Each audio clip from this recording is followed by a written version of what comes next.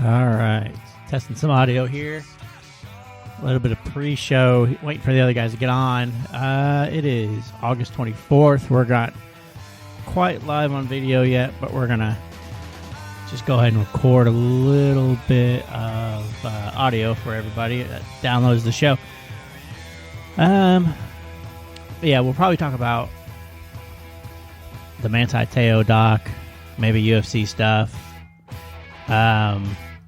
So we'll see how it all goes here. I see Blake's video's working, but he's not quite here yet. Yeah. So I guess big news of the day is the student loan stuff. I don't know if we're gonna talk about that or not, but it's $10,000 to $20,000 is what's getting forgiven or whatever you want to call it. There's Blake. I don't know if he can hear me. Setting himself up there. So can you hear me? I can hear you. Can you hear me okay? Yeah. Okay. Good to go. He's got some pre-show vibe right going now. on. What's that? He's got pre-show stuff going on here. Okay. Check. Yep. I'm not too loud, am I? No, you're good, man. I can adjust your levels from here anyways. Okay, good. So you're good to go. Let me... I can fix your name here to Blake. Yeah, probably need to change that. That's okay. I got you. There you go. You're Blake What now. Kev? We did say 8:15, didn't we? Yeah, it's okay. He's not late yet. So yeah. So I ended up. We're not going to talk about too much, but I ended up finishing that doc like 10 minutes ago. Oh, you did? Okay, Yeah. I kind of made a point to try to squish it in my day in between everything else going on. Yeah, there's a couple good talking points in that, I think. Yeah, I think so. I'm interested to hear what everybody has to say about some of it, because I think some of it can kind of be kind of controversial in terms of how I think they probably handled it and things like that. I was kind of thrown off, like, what? Like, what? We'll talk about it later. We're on the same page. Yeah, I'm excited to talk about it. Yeah, and then, UFC fights. Those were good night of UFC fights on Saturday. So awesome. That's sports in general, man. Sports in general will get you out of your seat, right? I mean, last second knockout, last second, touchdown, 3-point shot. Like, it's always that adrenaline. It's just so it's what makes sports great. I mean, that's what I love about those fights too. It's like it's so unpredictable. Like, honestly, that fight was kind of like, it's just Usman kept winning each round. So it was just kind of a throwaway for Usman. I felt like it was almost just like, you know what, we've been promising this Leon Edwards guy a match for like 2 years now, and it's always something's always happened. So let's just go ahead and give him his match, and we'll have Usman move on to somebody else. Yeah, but then again, the people that were like that know this sport knew that Leon was a big threat. Yeah, and I mean, it's always easy to say this, on the, because like my cousin Easton was here, and he was trying to get KPZ to put a bet on the fights, and he was like, dude, I'm telling you, dude, I'd put my house on Usman. They're like, it's a for sure bet, and I just kept telling him, I was like, dude, like, I'm telling you, man, I've seen this, especially in this sport.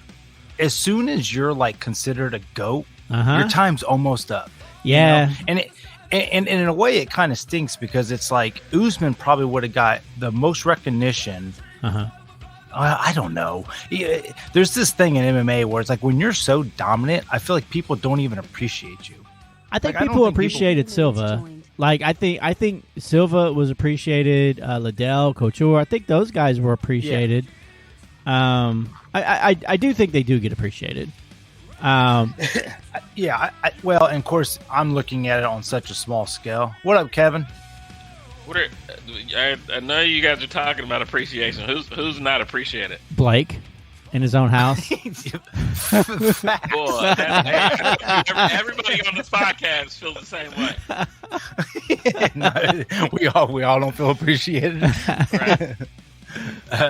No, we were kind of touching on the UFC fights with Usman and Leon, and I I was telling him that Easton before the fights was talking about how he was so for sure that Usman would win that he would bet his house on the fight, and then of course 50 seconds left he gets caught with a head kick, but Leon had a really tough road, and even I kind of remember him coming up and like they wanted him to take a short. He was on a lot of fight nights and a lot of just bunk cards, bro.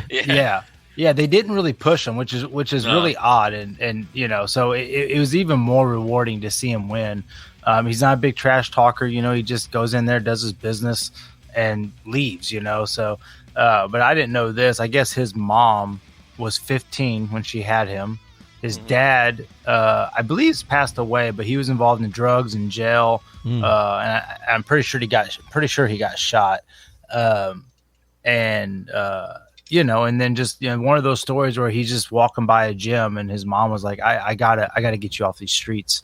I gotta get you into a gym." And then next thing you know, you're a little dude from Jamaica. You end up in Birmingham, England, right? Birmingham, England. Yeah, England. That's where he fights out of. And it's just amazing that the sport is kind of allowed such people. And sports in general, right? I mean, it is kind of wild that. There's always those people that come from literally nothing and make it, in a sport. That's what they say about soccer too. How soccer is one of those sports. It doesn't matter how much money you have for the most part. Yep. In some cases, especially the poorer country, it's seen as an escape. Yeah, because all you need is a ball when it comes to soccer. Yeah. Right. But I'm with Easton. Like, hey. I would have bet everything on it, and then just immediate rematch. Like, you got to give him the respect of, you got to knuckle his back up, He got caught. Which I do think he'll get the rematch. But if you listen to Leon, like the reason why his coach was yelling at him so much, and we've probably seen that kind of motivational clip, is because he wasn't fighting like him. And Leon said, he goes, I couldn't. And it's so weird because I've heard this from a lot of fighters. They say there are certain days, whether it be training or the day you fight, where you just don't have it. Like, it's just not like you're not firing. And we probably have all done that. Anytime you do something athletic, sometimes you're just really on it, and other times you're just like, what is, I can't shoot, or I can't hit, I can't do anything, Mm-hmm.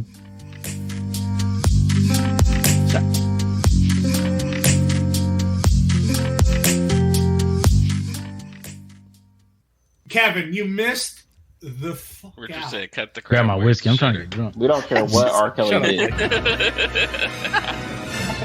I hold the power over here. Did I say anything racist this time? You better get out of here, honky. And now for something completely different. Man.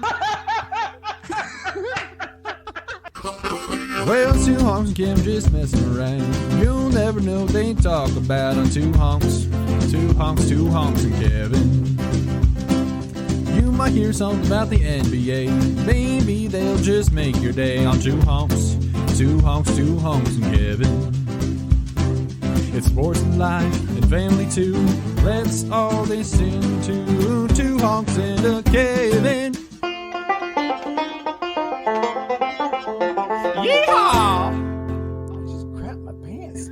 All right. Yep. My bad on that one. That was a little premature click there. I promise this doesn't happen all the time. I couldn't even hear it. I couldn't either. What's that? The music. Oh yeah, it'll mix into the audio. Nice. Yeah. So August 24th, 2022. We missed last week. I think I was out. I was sick last week, and then Kevin decided he just didn't want to do it. So he's like, I ain't trying to talk to Blake for an hour. Man, Blake is too much. I wasn't trying to rush. Like, I was like, I would have had like 5 minutes to get ready. I'm like, nah, yeah, I'm good. He's like, I already rode to Columbus with Blake, and he never stopped talking to me. Yeah. Blake can do it by himself. He's a nervous talker. just yeah. I don't know. I wonder if I am a nervous talker. I don't know if I'm a nervous talker. I think silence is weird to me a little bit. I actually heard someone talking earlier today about that, how how they just, silence makes them anxious or makes them like, okay, I need to say something now, or I need to keep this conversation going. I don't know if I intentionally do that, but I'm definitely a talker. Do you do that at work? No, I mean, I'll be, if everybody's engaging in conversation, of course, I'm always, alert and, willing to discuss, any topic on the table. But, I mean, a lot of times I'm listening to conversations, via podcast or whatever. But yeah, I don't know. Cause I remember, you remember Jesse Moline, Kevin? No. You don't remember Jesse Moline? No. Shout out to Jesse, who will never listen to this.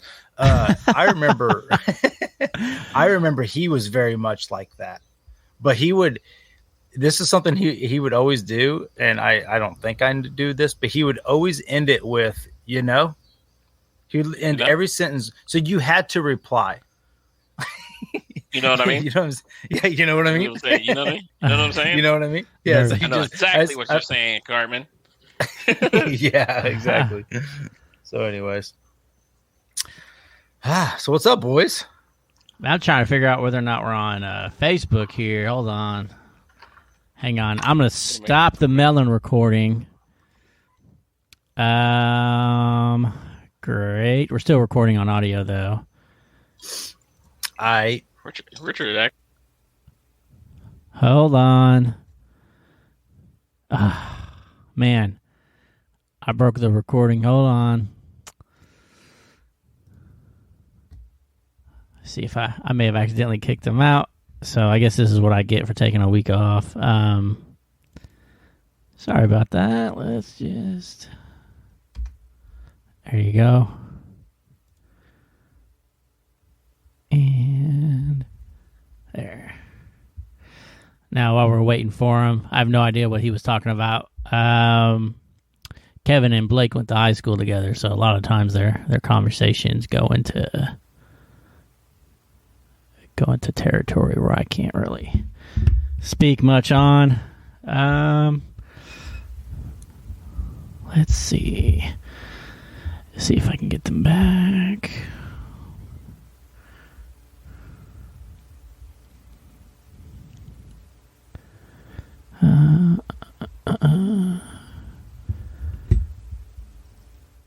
Anyways, to avoid the silence, I suppose. Yeah, the UFC fights, man, they're on pretty late, so I actually didn't watch it till the next day because they're not over till like 1 o'clock in the morning. So I typically I'll probably watch 1 or 2 fights and then just go to bed, and then I'll catch what happens after the fact. I'm too tired to really care while it's going on. So, yeah.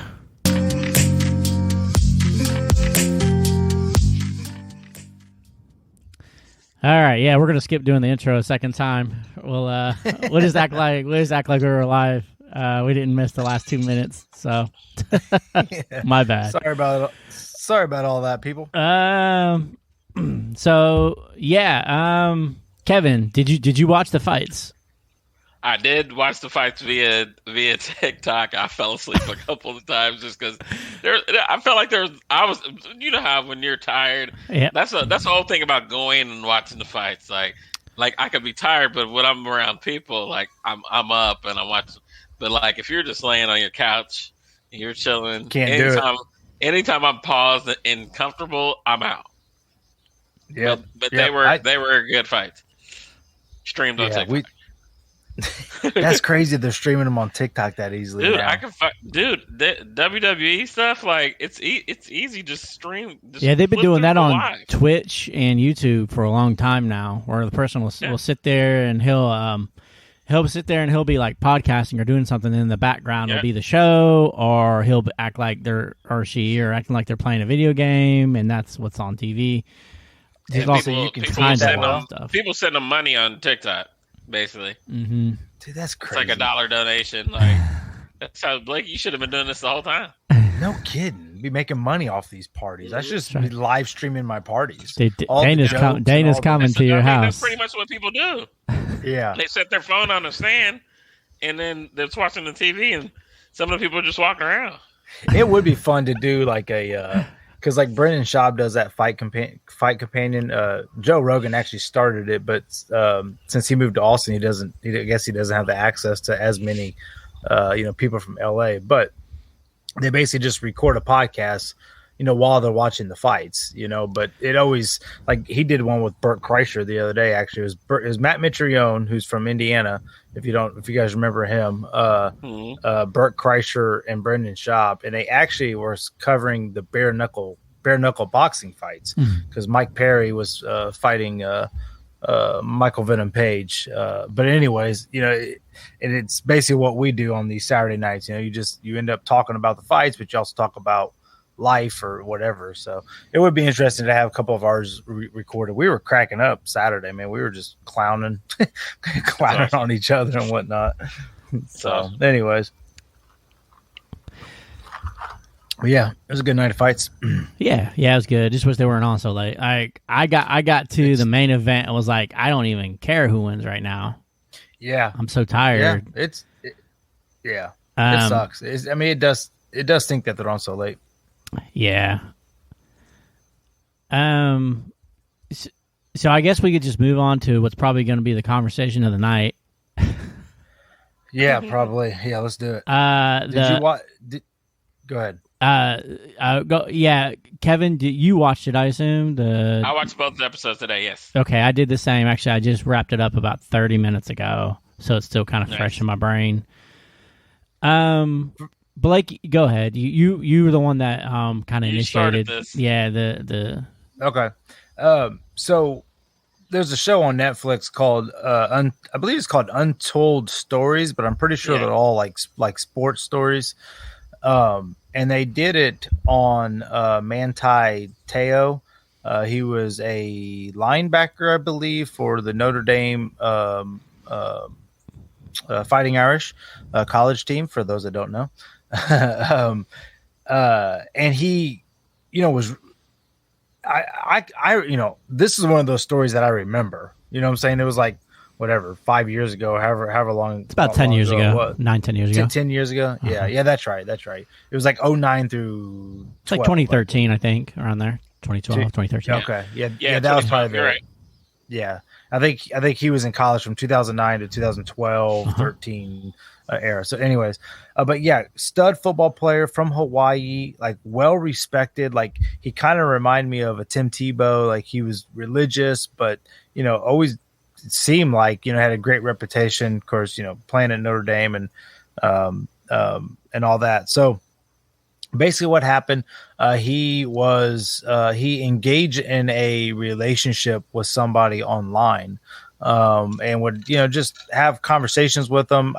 This person said that they were from California, and they just kind of became friends, came long distance friends. This was kind of like when DMing, direct messaging was first around, when Facebook was kind of first coming around. So basically, long story short, he plays his career well. He plays throughout the seasons. He's eligible to go to the draft his junior year, decides to come back his senior year. And during all that, he's still engaging in this conversation with this person, and come to find out it wasn't a person. It was a fake person. And then once this, and we'll talk more into detail of this, I'm sure, but once this fake person got so deep in this relationship, with Manti, eventually told him, it's so in depth. You're missing a lot. Well, that's the thing. Like, I'm trying to say the story quick, but and then we can engage in it. But I'm trying to hit the highlights real quick. But as I'm saying it, I'm like, oh my God, I'm leaving out so much information. Basically, it was a hoax. There was nobody. There was somebody on the other end, but it was a guy. It was another football player who I guess had feelings for him. And, they built this long distance relationship. Come to find out, this person pretends that they get in a car wreck and is, suffering from injuries. And then I think eventually leukemia, because I think that's what they eventually said that she died of. And then on the biggest day of his life, when he's getting ready to prepare, I can't remember if I think it happened the game before the championship game. She had said that she had died, she, it's a transgender person, had died of leukemia, and he had got this news from this specific person's cousin. But also on the same day, his grandmother, his legit grandmother, his grandmother died before, like earlier, and then this person that was catfishing announced that they were going through. They had died or something, right? Was it the die or the accident? That they died. Yes, there was an accident. They talked about having an accident prior, and then they died of leukemia on the same day, conveniently. Right. But so that makes big news. It's all over the place. I mean, now you got this heroic college kid who just lost his grandma and lost his girlfriend, is now, playing a game. So of course that's mentioned. Of course that's in the media. Meanwhile, he has never met this person. He has never met this girlfriend. And every time they try to FaceTime, there was always, you have to watch the documentary. I mean, there's too many details, right? There's a lot in there. Yeah, I'm trying to wrap this up so we can kind of get into some conversations about it, but there's so much into it. I highly recommend you watching it. But I think I probably just wanted to kind of get into your guys' thoughts overall on the documentary. And I think Richard and I kind of alluded to it earlier, but I'm kind of curious what you guys thought on how the documentary was done in general. I don't know how much new information it brought to the table. I mean, I don't, other than having him talk about it. Like, this isn't from, like, we've known that this is what happened. I think the biggest revelation was the person that did the catfishing, and it was, ended up being transsexual or whatever. I think that was really the only thing I didn't know. I was like, oh, well, okay. I guess they ended up setting up this fake Facebook account trying to fulfill some sort of inner need to be a woman, I guess. I don't like... He at the time was a he, set up a Facebook account as a she, and then would have connections with other men. And then once the other men wanted to meet, they would cut off the relationship.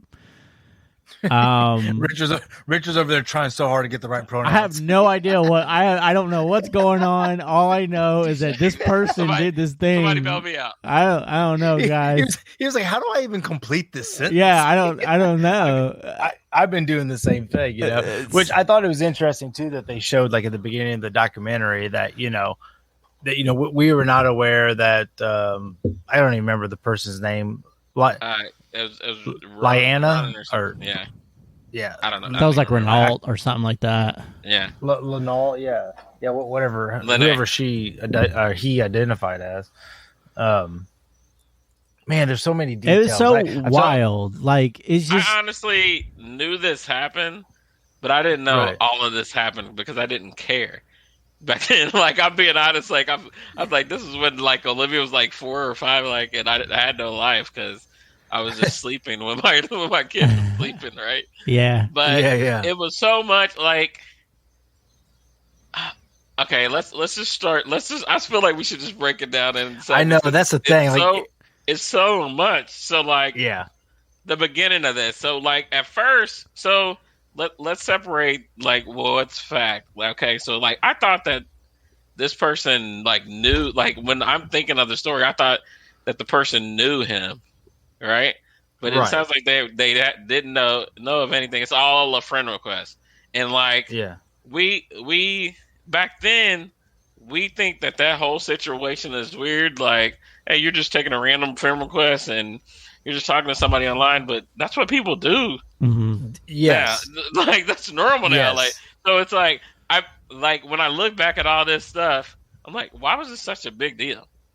Well, and that because it was like the first. I mean, I had never heard of catfishing, and he even, Manti talks about it. He goes, I didn't even know what catfishing was. Like he's like, I just, every time this girl, I asked her to send me a picture, she would send me a picture, but it would be of someone that's, a totally different account, and he just didn't know it. Which, to be in a relationship with someone for 3 years, especially when you're a stud football player, like.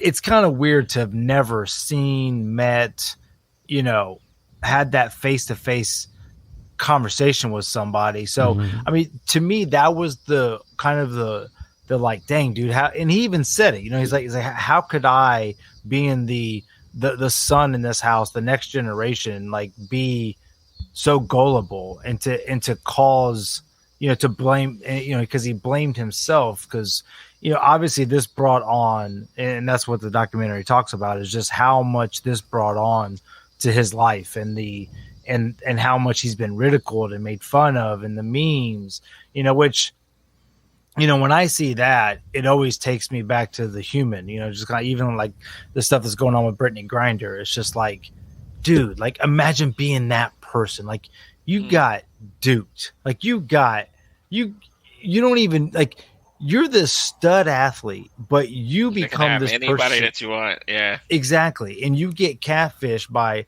a guy, and now it's everywhere. And you can't leave your apartment without, a million photographers and news, and they don't care. They don't care about your feelings. They don't care about your privacy. They don't even care about what this is going to do to you for the rest of your life. Like they don't care. Right? Like all people want is that media. They want that click. They want that crazy story. They want that meme that's making fun of him, even though he's probably internally trying to deal with being the laughing stock of college sports.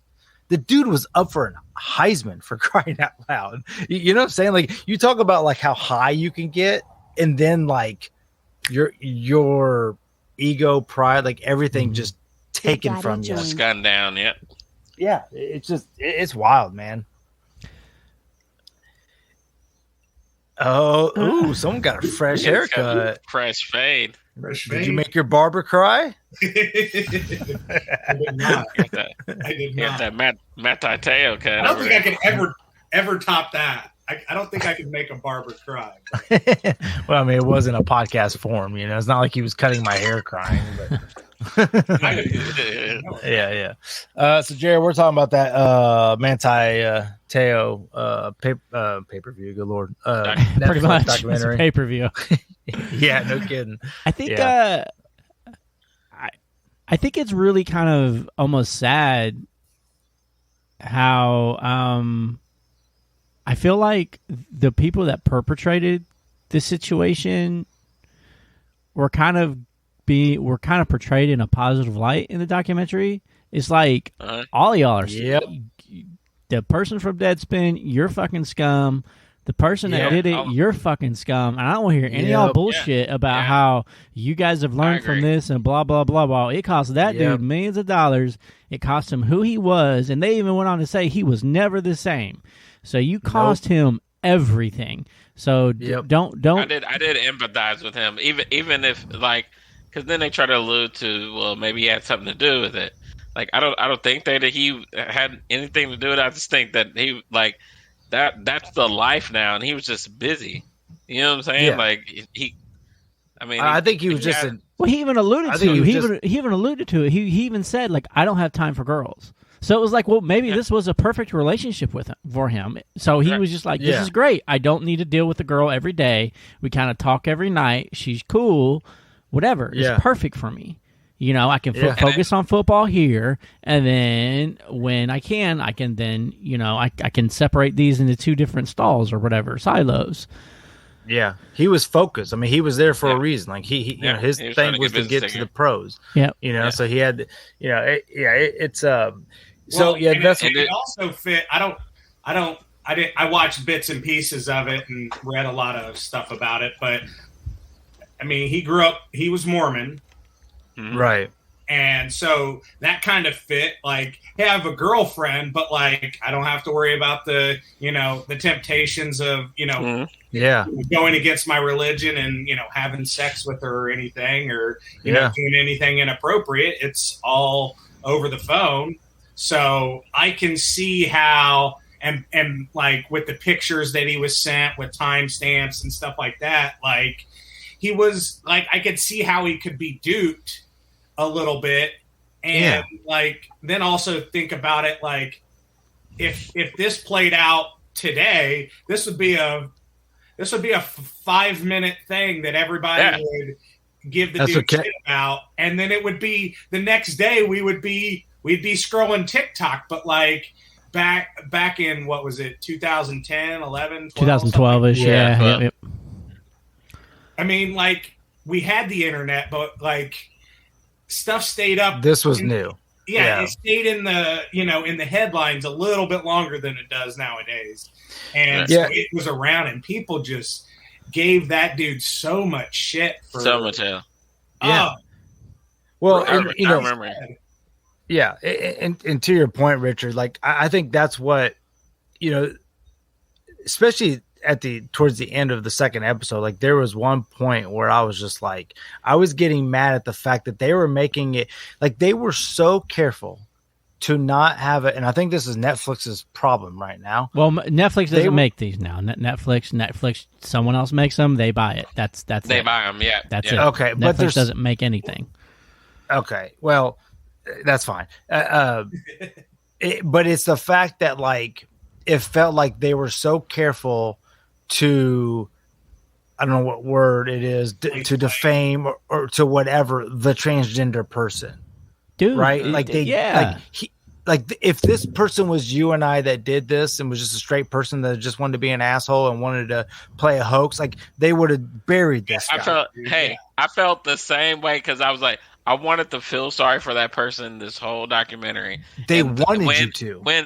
And then when they were like, all right, so there's a part in like the middle-ish part, I guess, where he or she at the time is going to cut it off, right? Says hey, passed away, blah, blah, blah, blah, blah.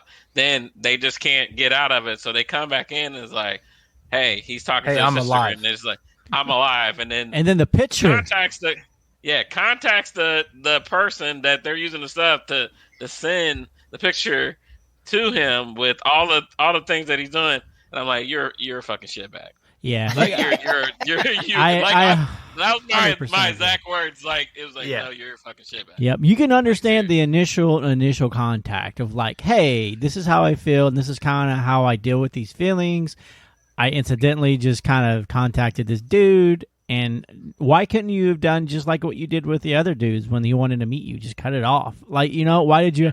And then you have a car. There's multiple times this could have been cut off, Kevin. You have the car accident. You have leukemia, and then you die, and then you come back to life. And it's like, dude. But then I got to sit through a 5-minute segment talking about how you went back to that island and had the ceremony. So I didn't care for that. That's definitely the part that bothered me the most, was that, like, that they didn't glorify, him, she, but like, it, and listen, I think Manti, which I think it shows to his character. I mean, he even mentions that, like, I don't, if she sees this, I don't want it to hurt him. I don't want him. Richard, I was just talking about how, like, I thought it was impressive how Manti, like, it seemed like he didn't even want to hurt the person that did this to him. Like, he wanted to, forgive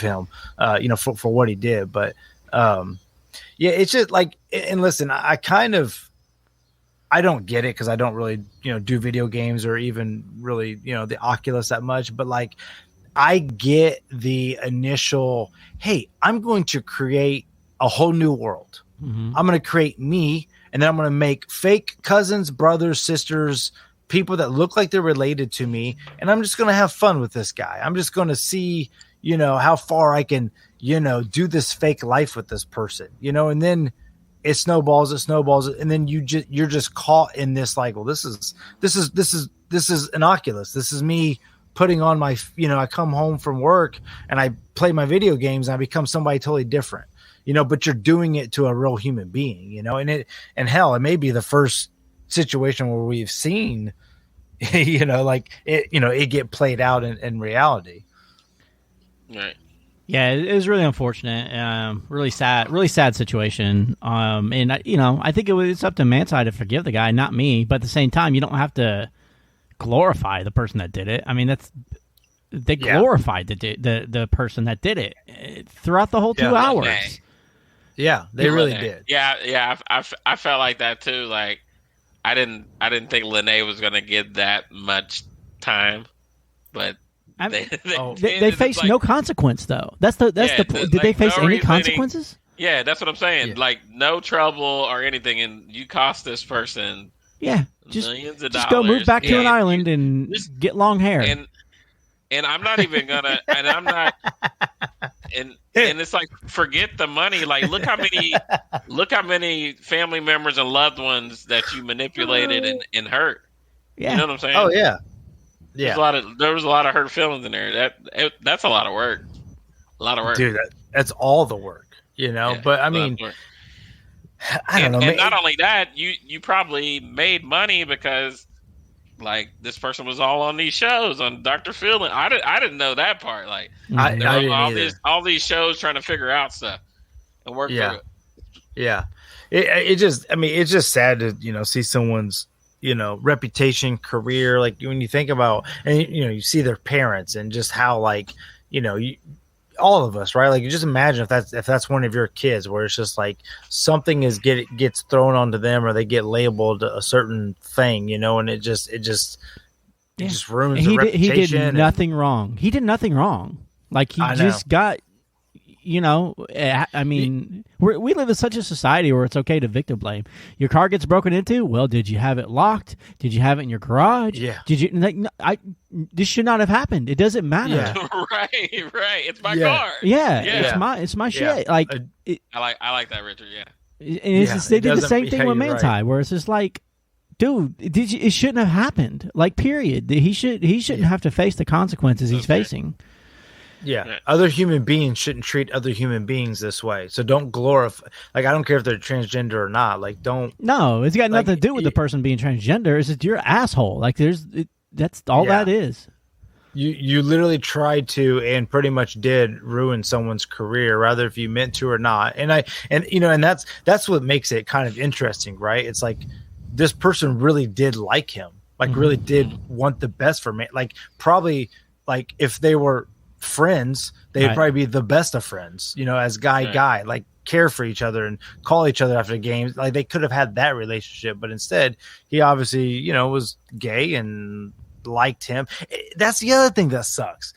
Everybody tried to say Manti was the one that was gay and that this is a cover up. Like, imagine that, dude. Like, dude, you can blame me again. Yeah, once again, like, what does it matter if he was like? None of that even matters. Like, none of it even matters. Yeah, zero matters. Like, once it came out that he got catfished, it should have been dropped.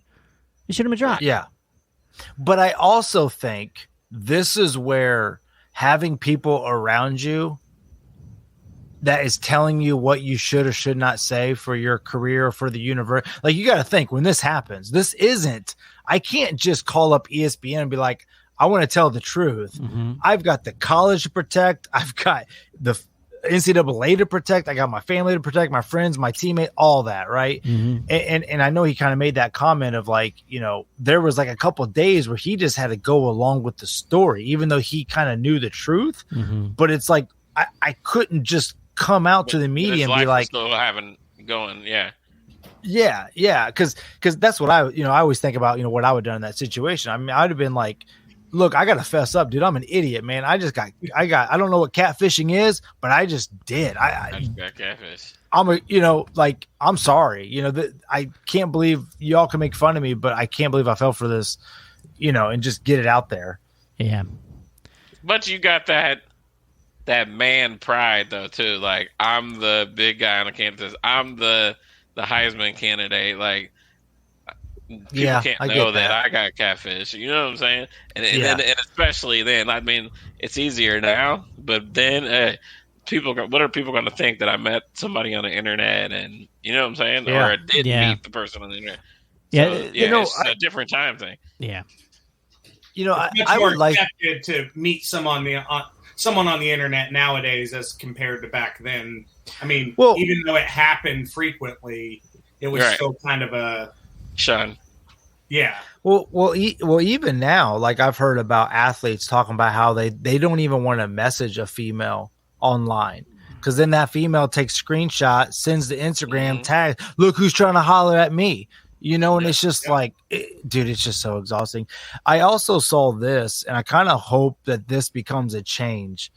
Apparently, Vanessa Bryant, Kobe Bryant's wife, just got through a lawsuit $16 million because of them releasing images of her husband and daughter's dead pictures. Mm-hmm.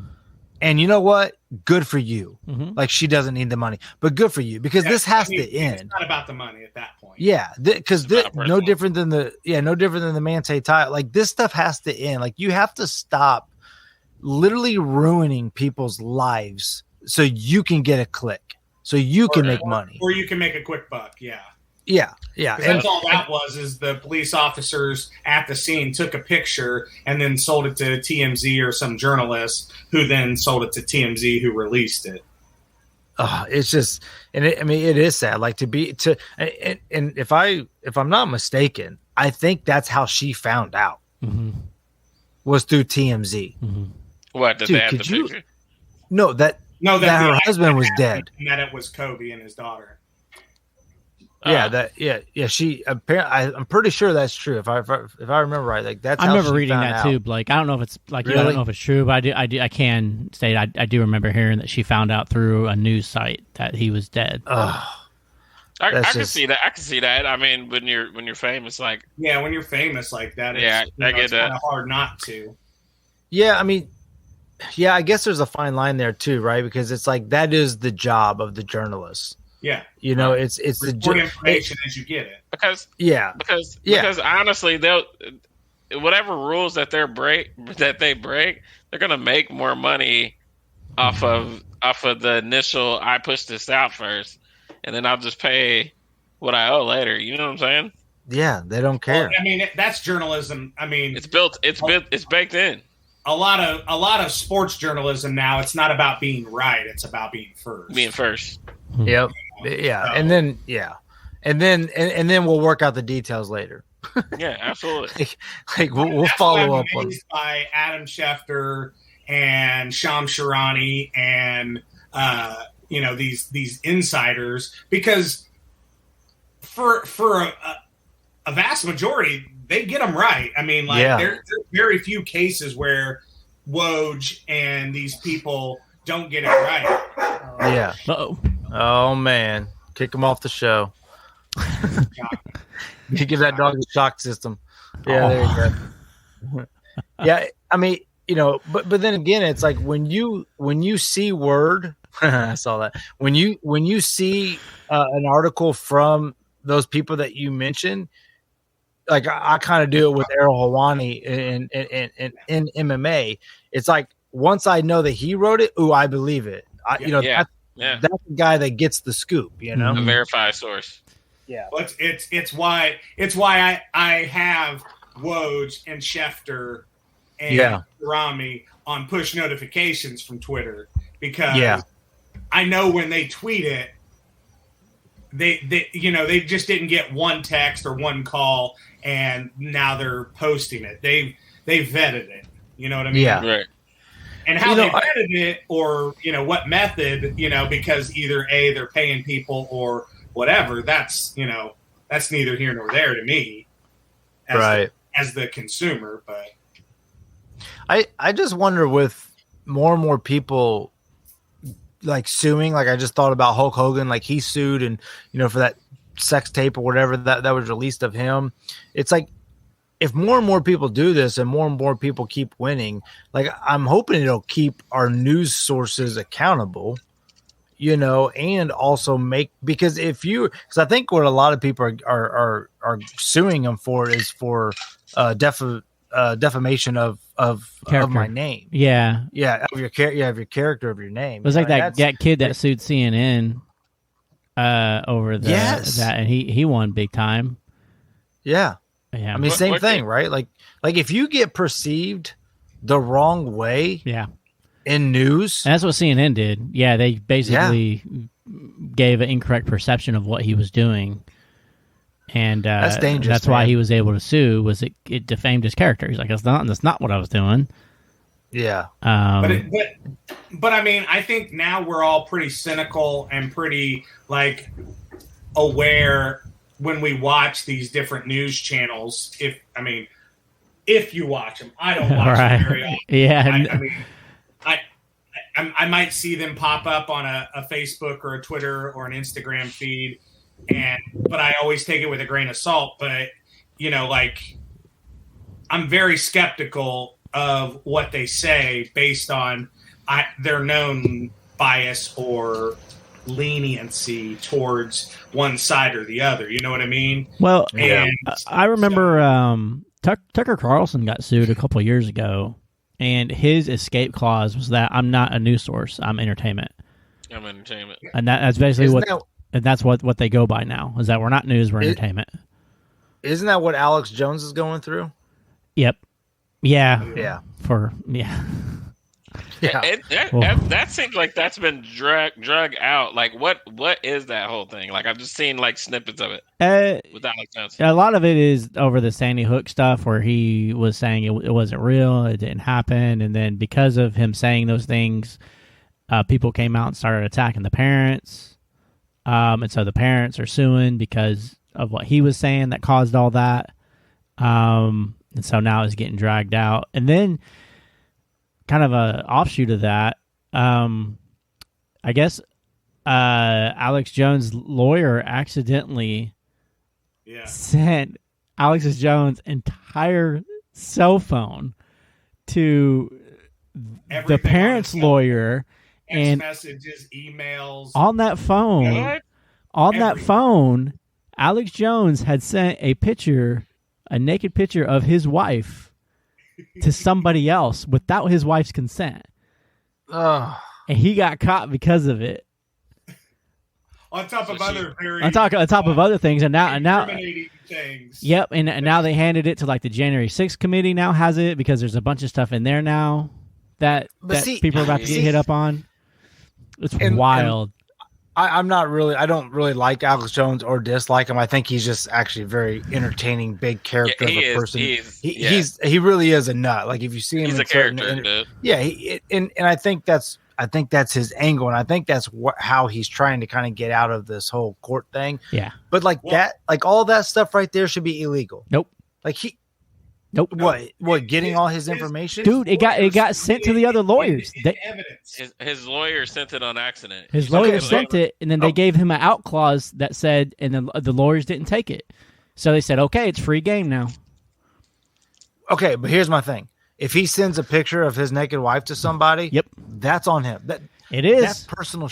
That's not criminal. Yes, it is. It absolutely is criminal. It absolutely is criminal. Because it wasn't without her consent. Exactly. Yeah. I got you. Okay. And it also revealed where it disclosed how much money he made, because he was trying to claim he only made $100,000 a day from his show and his website and everything he sold, and it was really close to $500,000 a day. Dang, he was balling. Oh, yeah, $500,000 a day. Yeah, that's hard to believe. It was a day, right? There's a lot of idiots out there. Yep. Yeah. Isn't it funny how just that one thing that your phone just told everything in your life, dude, and the fact that the lawyer sent it, right, and the other lawyers were apparently were you did this, right, and then they just didn't respond to it, so they're like, okay. They probably just signed off. He probably just signed off on something, right? And so now, we got all these other things, so now they have to investigate whatever. Yeah, because it's made public. It's made. Because it's made public. Yeah, so it's in evidence now. That's why it's public. Yep. Yeah. how do you even do that? How do you even send all of someone's phone information to someone? Well, it's probably like how they transfer your phone. How they transfer your phone at a cell phone store, right? It almost like seems like unreal, like he did right? It on purpose. Like what are the chances? Yeah, like how could you make such a mistake?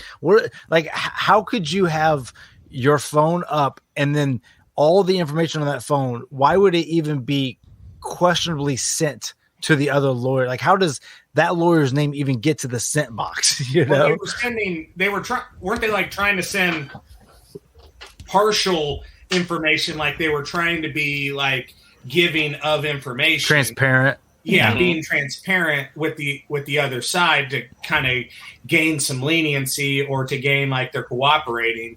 And it's like they clicked reply all. They clicked reply all. He had said a reply. It gets us all, dude. We've never done that. We've all been there where you hit that reply all and you got to look to see who all's on there. Yeah, fuck. That's so funny. Yeah. Is my manager on there? Oh, yeah. When I worked in IT, there's a guy that did that. That he sent an entire company a picture. It was like a meme. It was a picture of this semi-hot girl, and behind her was a toilet with a turd in it. And he sent it to the entire company. I about died laughing, and he's freaking out. And he's like, "Man, can you delete this from like the server?" Can you delete this from the server, my guy? IT, come on, you got to help me. That's hilarious. Yeah, it's so funny. Go ahead, Kevin. So what will Alex Jones face? Like, it sounds like multiple things. Like, it's just going to be... He could face jail time for perjury. Right. Because the big deal is that he lied on the stands about how much money he made. And the judge even said, like, you perjured yourself, like, 6 times in the past 5 minutes or something like that. Like, it was stated, like, you have... repeatedly perjured yourself here. So I don't think he faces jail time, though. But from my understanding, he did lose a pretty substantial lawsuit. I'm sure he did. So it's not something I'm really interested in keeping track of, but I remember just reading a snippet. I really haven't heard much about it either. Like I remember, I think Jared said something about it a couple weeks ago, but I really it hasn't. And it's funny because like sometimes he pops up on some of my whatever. He's always on somebody's podcast. He's always doing something crazy. Yeah. Yeah. I saw him on Andrew Schultz's show, and I mean, dude, it's like pure entertainment. I mean, he really is like a likable guy. He just, he goes deep into the conspiracies and some stuff he has. I mean, he called out the Epstein Island before anybody even knew what the Epstein Island was. I mean, he's been talking about that for years, so he was, accurate about that. But, and I know he's been accurate about some other stuff, but I don't know. I just think it's weird that like you can sue someone for saying something that causes harm to someone else because it wasn't just that he said it. It was like he refused to do anything about it. Like, hey man, you can't say that. Like this really happened. Blah blah blah. These people are going after us. Instead of him being like, hey, he would repeatedly say it, and he repeatedly does it, and it's just like, dude, like you're nuts. It's just the same if every week, me and you, we got on this podcast that was listened to at maximum hundreds of people. Oh, for sure. And then you have a platform like him that thousands and millions of people are listening live. It's on a complete different level. Me and you get on here and say all sorts of crazy stuff. Yep. But we don't have the audience that he had. Yep. That was his problem. And once you have that audience, and once you have those believers, and once you have those people that think alongside you, it's no different than probably being a pastor, right? Yep. Like I got all these people. Joe Rogan all the time. Yeah, that's true. Yeah. You get these people that, kind of believe along the same path, but it just seems like Alex a little too far out there. But there's 1,000 of them just like him. Yeah. You know what I'm saying? Like there's 1,000 conspiracy theorists out there or just trying to break down the truth behind stuff, which. Yeah, but I think saying, making money off of dead kids and, saying those kind of things, and dragging the parents through the mud is a bit much. I think it goes beyond your freedom of speech. Like, there is something that's to be said. Like, you can't use your freedom of speech to terrorize other people or to make their life, because you do have a right to. Memories. Yeah, you do have a right to certain other things that a freedom of speech cannot impede on. Yeah.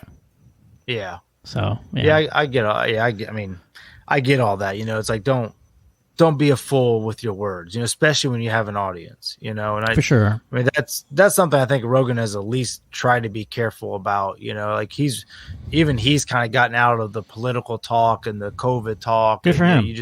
Of course. Yeah. I mean, I don't know if it was by choice or if it's just not that. I mean, it's not your lane. Anymore. Stay out. It's not your lane. Just stay out of it. Just right. Make people laugh. That's what you do. Yeah. Yeah. Not only that, it was everything that everybody else was talking about. So like, it just gets old. Yeah. Yeah. Well, I mean that during the height of it, it was just.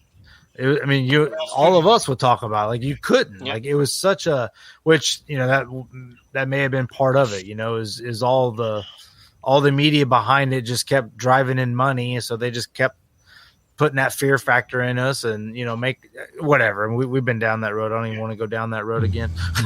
Right. I know I was. I'm gonna start sounding like Alex Jones here in a minute. You about to get sued, homie? You about to get your phone jacked? Yeah, yeah, for real. Good luck. There's no naked pictures of my wife on it. I guarantee you that. And I don't make $500K a day. Yeah, maybe $500 a day if you're lucky. Yeah, I wish. Yeah, sign me up for that. Yeah, we're gonna deposit money into your Venmo, buddy. Yeah, please do. It's getting lower and lower. Now, I know I was a little late today, but have we talked about the kick heard around the world? We can bring it back up. Oh, we did. We didn't go in depth on the show. Oh, I was listening to a podcast today. Russillo had John Anik on, and he was talking about just how that was the third time after a fight, after a card, that he was shaking after a fight, or after all the fights have been done on the on the after card, or the post show recap, what have you. He was like I don't want to be a prisoner of the moment, and type thing where like, oh, the most recent thing is the greatest ever. Yes. But at the same time, he was like, that was some Rocky shit. That was he was beat up for 3-4 rounds going into that, and the talk from his corner and all that, and everything that they're saying, the few clips that we shared back and forth about that, and then he does the move where he fakes to the body and gets that kick and just knocks him out, is just like Blake said, like Dana said right after the fight, it's what makes it special and what makes it. That's why people pay for it and want to watch. Yeah. I mean, we were all sitting around, and I don't think any of us really had a major interest. I know Easton had a small bet on Usman winning, and I was actually going to put money on Leon to win, but he wasn't that much of an underdog. So I was just like, it was like $5 to win $15 if he won.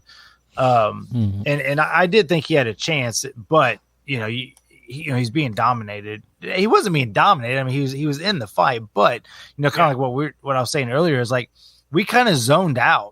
We were like, oh, well, this fight's over. There's about a minute left, and then it's just like all of a sudden you look up and you see Usman folding over like a lawn chair, and we just look at each other, and it's like, that's what we were talking about earlier. It's like, that's the moment in sports of like, oh my God, like this guy just changed his life with this one kick. And and I also hate to see someone get knocked out. I mean, Usman was trying to beat Anderson Silva's most defenses.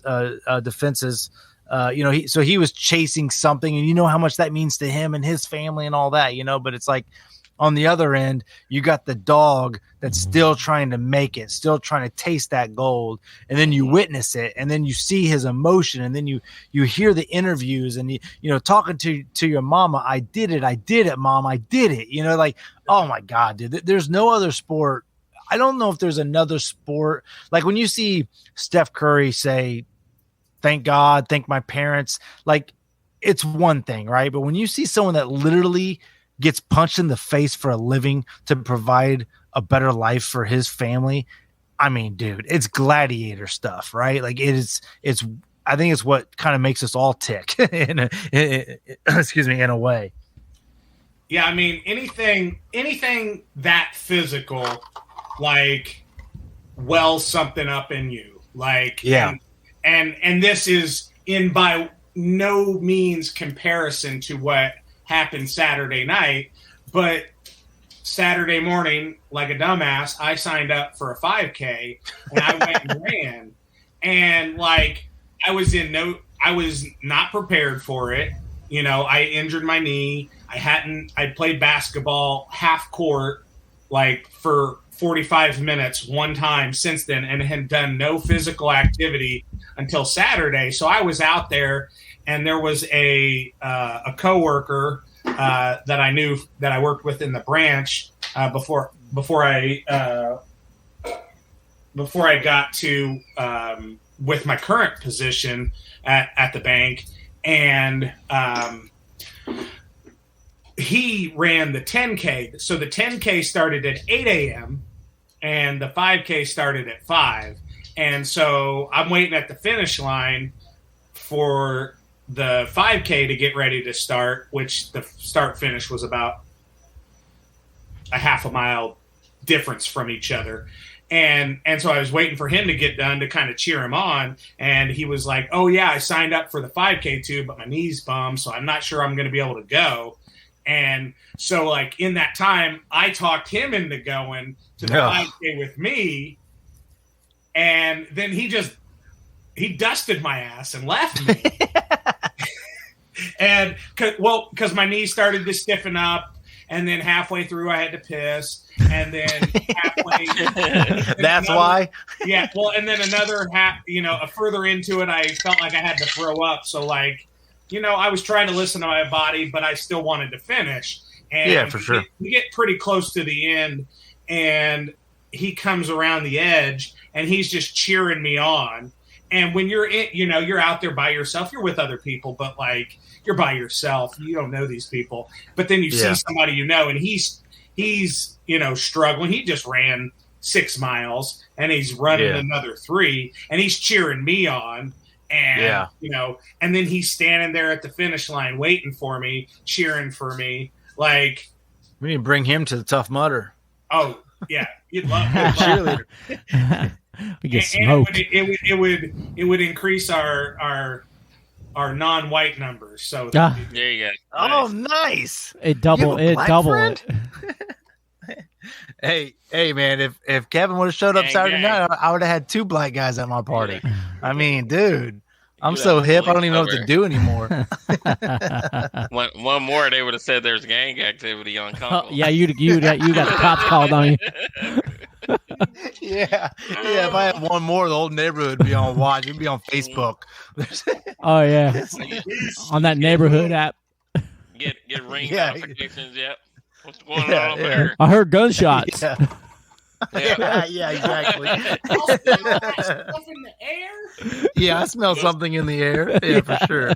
Those guns. Yeah, I definitely get arrested. Fireworks. Yeah, you would have gotten a letter in the mail the next day from your HOA, Blake. And there'd be a new rule. Like no more than 2 at a time. Your backyard was too dark. Yeah, absolutely. Back to the garage. That's all they said too. Hey, you need a little bit more light back here, buddy. Yeah, too many.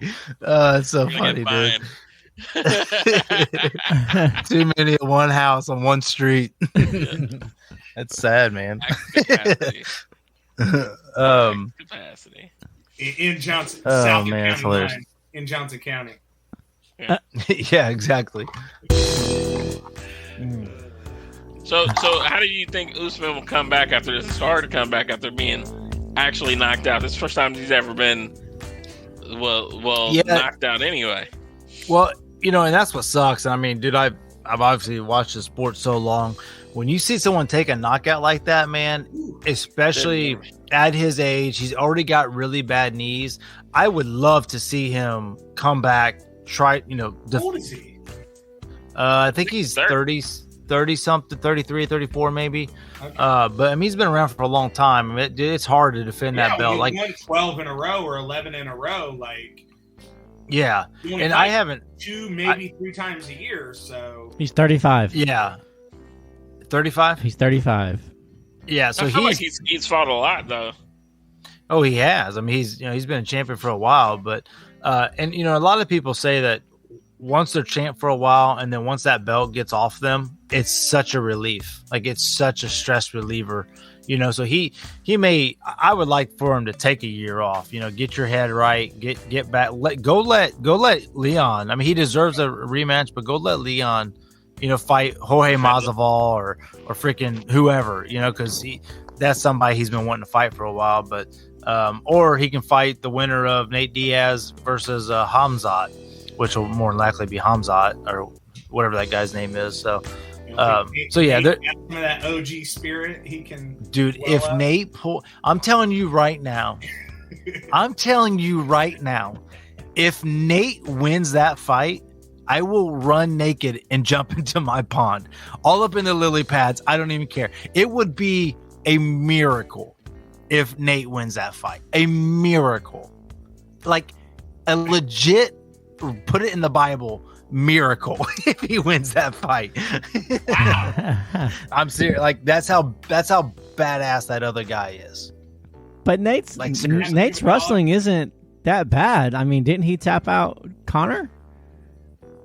Well, oh yeah, his jiu-jitsu is great. But I'm just saying, like, you got a guy coming up in his prime. You got the next Usman basically, and then you've got a guy that's kind of on his way out. He's 38. Yeah, he really hasn't. I mean, he hasn't won a fight in 6 years or something like that. Nate hasn't. I mean, it's been forever, right? But everyone loves him, and everybody wants to see him fight, and everybody wants win or lose. We don't care. Like that's what's great. I think Conor McGregor's kind of the last fight of his deal for UFC. Yes. So he wants to get out. He wants to go fight Jake Paul, make that money, or go do something on the side. Well, that would be great to see him whoop Jake Paul's ass. I don't know if he would. It's a different sport, dude. It's a different sport. If he trained boxing for like 2 straight years, he's a Gold Glove boxer, though. I get that, yeah, but MMA boxing is completely different than boxing. No, he's a legit Gold Glove boxer. Yeah, I mean, like he's not an MMA boxer. He's a boxer. Nate came is. Up in Golden Gloves, didn't he? Yeah, that's what I'm saying. He's a Gold Glove boxer. Like he's right, but I guess my point is that he hasn't been training that specifically like Jake Paul has, or like a legit boxer has. Sure. You know what I'm saying? Or is it one of those things where I don't know, is it one of those things like you learn how to do and you can kind of just, I don't know. But there's timing, there's slipping. I mean, you see how, we just saw Saturday how quickly, a fight can be ended or whatever. But sure. To me is just there. I just would like. I don't want to see him end MMA and then in 6 months go box. Like I want to see him like. Well, yeah, MMA, then go get you $10 million and ride onto the sunset, and then be done. Yeah, I don't know if he gets $10 million. I kind of want him to make his money because I feel like he's owed his money. Yeah, for sure. Yeah, I wish the UFC. And it just sucks that I have to go fight Jake Paul to get paid. Yeah, but I think this whole Jake Paul thing is a little wishy-washy right now too, because I don't think he's going to continue to pull in. If he goes fight some random amateur boxer or whatever, no one cares. Like no one cares, and I think he's just trying names. Yeah, he needs a name. He needs another YouTuber. He needs a former MMA fighter. Like and me, like if I'm going to tune, how has Chael Sonnen not come up in this? Like it has in the past, but he would destroy Chael Sonnen. You think? Yeah, Chael's not a boxer. He's a wrestler. He's no different than Ben Askren. Yeah, you got a 25-year-old or however old he is, however old Jake Paul is, to a 40-year-old. and Chael Sonnen. You know, it's like, and like I said, boxing is completely different than mixed martial arts. And, you know, we've seen some good boxers and they in would MMA. never flip that. They would never go mixed martial arts with God, hell no. No. One leg kick. That's it. Like, that's it. That's all it would take. If Conor McGregor fought Floyd Mayweather in the octagon, I'm telling you right now, it's over in probably 10 seconds. One leg kick. They don't train it. They don't get it. Like, it's like getting hit with a baseball bat. Well, they didn't what's his name? Couture fight that boxer and basically just out wrestle him the whole night. Just smashed him. Yeah, I forgot what his name was. James Toney. He was a championship boxer. Yep. He thought he could take out Randy Couture, who's a Greco champion wrestler or whatever, and he straight took him down and just sat there, and laid on him and just laughed and smiled, and you know, I mean, he could have played with his nipples. Like, I mean, you know, that's the thing when it comes to these different, you know, mixed martial arts. It's like, dude, if you don't know how to wrestle, like, it's the most humiliating thing in the world. I don't know, man. Floyd Mayweather beat the Big Show. He broke his nose. I was there. That happened in Indy. Oh, really? Yeah, nice. He came out and broke his nose. It was quite humorous. Hilarious. Like, did he legitimately break his nose? He did. Oh, really? I'm assuming on accident?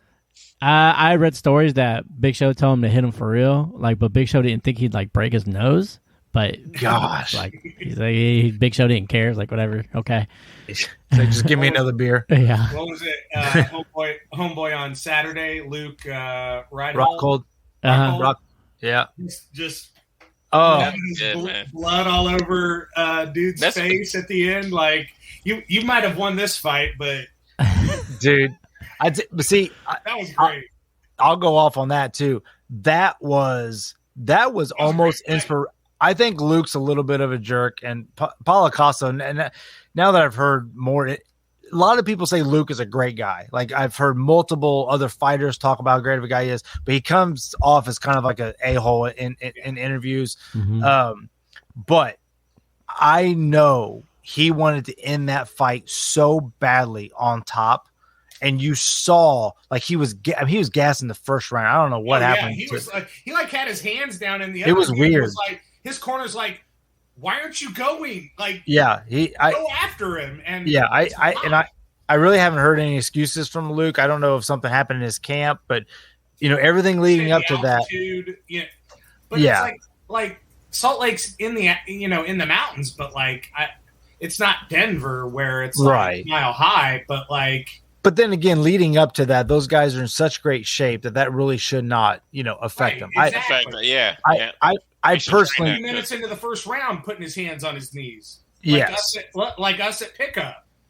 For real. Is it halftime yet? It's 2-1. We've had 3 possessions. We've run up and down 3 times.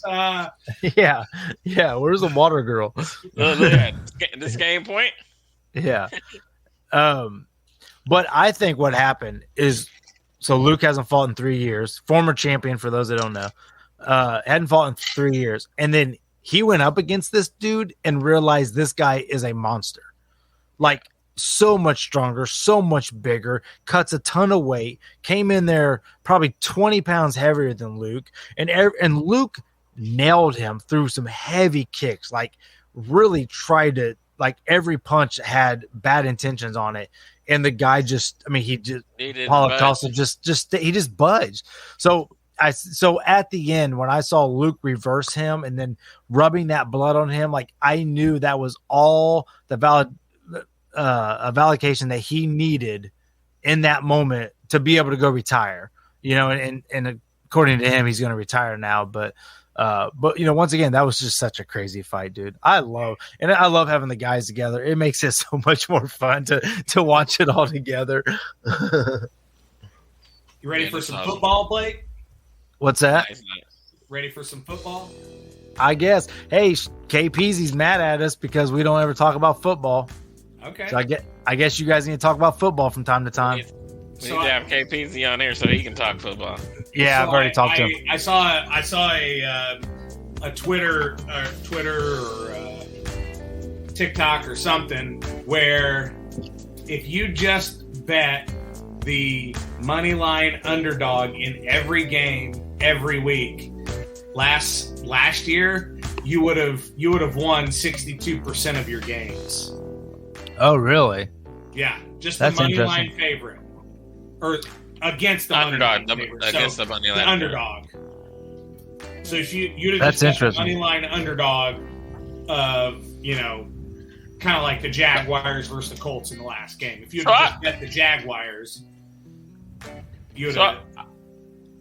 I wonder if football is the biggest sport for like DraftKings and stuff like that. Oh yeah. You think it is? Without a doubt. By miles.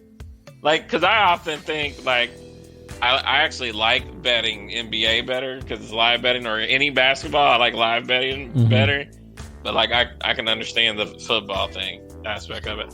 It's like if you look at the top 10 of most watched shows in for the year, 7 of the 10 are NFL football games.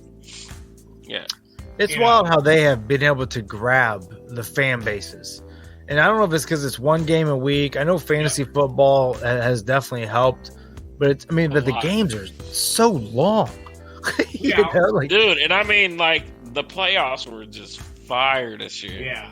Yeah. I honestly think it's the excitement of one game. You know what I'm saying? Well, it's every game matters, right? Yeah, every game. It's not this 7-game bullshit the NBA does. Yeah. It's like you're in or you're out. Like we're not going to do this. It's just. But you also have to understand why the NBA does it differently than NFL. Because college does it that way too. Dude, March Madness is insane. The NBA is just bullshit. They have 364 teams. Dude, just put every team in the playoffs. 32 games or whatever. Boom, 32 teams. Boom, just go. Have fun.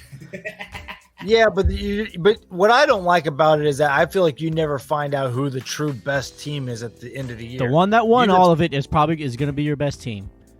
Dude, I've never seen a NCAA final game and not be like, that team deserved to win. I've never said that. If you're the best team, you're the best team. But people also I like the underdog aspect. Like, yes, hey, we weren't the best team, but we had a good run. Like, I like that. Yeah. This won't happen. But I wish the NBA would go back to best if every series was 2 out of 3. Yeah. Because I like seeing them give them a chance, right? Like, hey, we just had a bad game. We got to come back better, and then you come back better and you win, or you play 1 at home, 1 away. And then, 2 out of 3, I think would be 2 out of 3 or even a double elimination. That's the 5 or something. Yeah. Well, I just think the 2 out of 3 keeps that same format and keeps a little, because football, like, I get there's only one game, because it's so rugged. Physical. You can't. Yeah. Right. For sure. Where with basketball, you got to give them a chance to play at home, play away. I mean, I guess. I don't think so. I mean, like I see what you're saying, though. But I think baseball's the same way. I think baseball should be – I think the playoffs should just be, here you go. I'm not opposed to it. I mean, it makes it more exciting. Yeah. How you did the regular season, your ranking, and let's see how it goes. Yeah, but with baseball, it's like if you get 2 pitchers that are dominant, then that's all that's ever going to happen is teams are going to go out and sign the 2 best pitchers and lock up those 2 play well enough to get into the playoffs and just pitch those 2 pitchers every other game. And so, like, I get it. Not everything has to be the same. It doesn't have to be winner take all, 1 game elimination because in all honesty, like, the Bengals weren't the best representation of the AFC last year. They were a benefit of, Kansas City and Buffalo going to overtime in that previous game, and then Kansas City coming in and kind of laying an egg, against Cincinnati, and then them getting to the Super Bowl. Mm-hmm. And, if that was 2 out of 3, if NFL did that, like, I don't see what the NFL. Patrick Mahomes and Tyreek Hill and Travis Kelce are coming back and winning the last 2 games against Joe Burrow. See that I think that's how I've always felt about NFL, especially like when the Colts were, on the top of the world for 3 or 4 years. It's like they were the best team in the league, but they weren't winning championships. Yeah, they got the one because they were outcoached every playoff game. You know what I mean? Like I don't know, man. Like the playoffs is a whole different thing, though. I mean, yeah, it's like maybe Cincinnati wasn't, but they played fantastic. Like regardless of what you want to say, like they they clicked at the right time. They clicked at the right. So regardless, it's it comes down to that. You know what might be a good idea? Like, what if the NBA made the regular season more important? So whoever wins the regular season out of the East and the West, you guys are the champs. You're the best team in the league, period. And then you go into a draft, or not a draft, but into a tournament. And then if you're able to play this tournament, single elimination or two, let's just say that single, just like March Madness, right? Make it like March Madness. And then you got a winner of that too. If it's the Suns play the best, 5 games or however many games it takes, then they're I don't know what title you give them that. You give them the tournament title, regardless, it's not going to happen. It's kind of like what they do for are you talking about kind of like what they do already for college, where like you have like the Big Ten and the winner of the Big Ten automatically gets to the tournament kind of thing? Yeah, but make it a bigger deal to have the best record in the regular season, so these players don't sit out. Yeah, every game matters, right? Like you what NFL has going for them is that every game matters. Like you can't afford to lose. Dude, there's some divisions, if you lose more than 2 games, you're out of the playoffs. Like the AFC, like the AFC West this year is going to be, it's going to be stupid. Yeah. But I also don't like that. I don't like that. But it happens in the NBA though too. If the East is stacked, the West is stacked. Yeah. If you're one of the bottom teams, like how hard is it to get motivated to go play? Right, for sure. Yeah. Right. Are we ready to call it? Change. We can call it. I don't think they're going to change it. No, I'm not saying they're going to change it. But I'm gonna send this podcast to @NBA on Twitter. Send it to Adam Silver and see what he. Yeah. Hey, yo, Adam. I know we go way back. Start listening to our ideas. Yeah, our shitty ideas. Real fans. Yeah, real fans. Yeah. Join our fantasy. Listen to the nerd that plays video games and watches professional wrestling. He'll tell you how to fix your NBA league. They were talking about the mid-season tournament. What happened to that? Was that just coming? It's coming next year. That'd be cool. So they're gonna do a mid-season tournament, huh? Yep. They'll figure it out. The NFL this year is the first year they've scheduled games on Christmas Day, which was typically left for NBA only. Now they're taking your Thanksgiving and your Christmas, Blake. Dang, what am I gonna do?